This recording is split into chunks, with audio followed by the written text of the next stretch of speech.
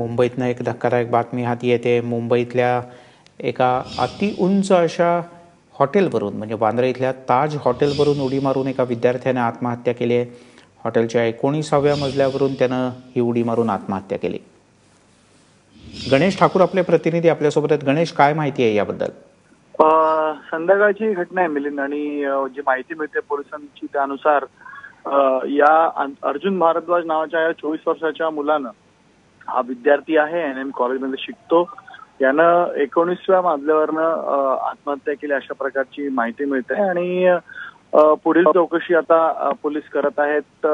त्याने ही आत्महत्या करताना फेसबुक लाईव्ह ठेवलं होतं असंही म्हटलं जातंय। त्याची चौकशी सुरू आहे आणि एक सुसाईड नोट लिहिण्याबद्दलही माहिती मिळते की त्या मुलानं सुसाईड नोटमध्ये असं लिहिलं होतं की तो ड्रग अडिक्ट आहे आणि तो कंटाळला आहे आणि यासाठीच त्याने तो हा इतका मोठा जो पाऊल त्याने तो उचलतोय।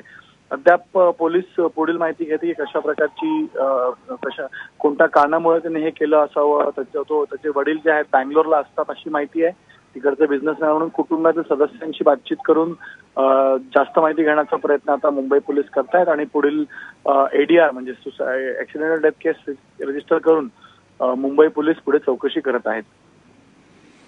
गणेश, तुर्तास धन्यवाद या माहितीबद्दल।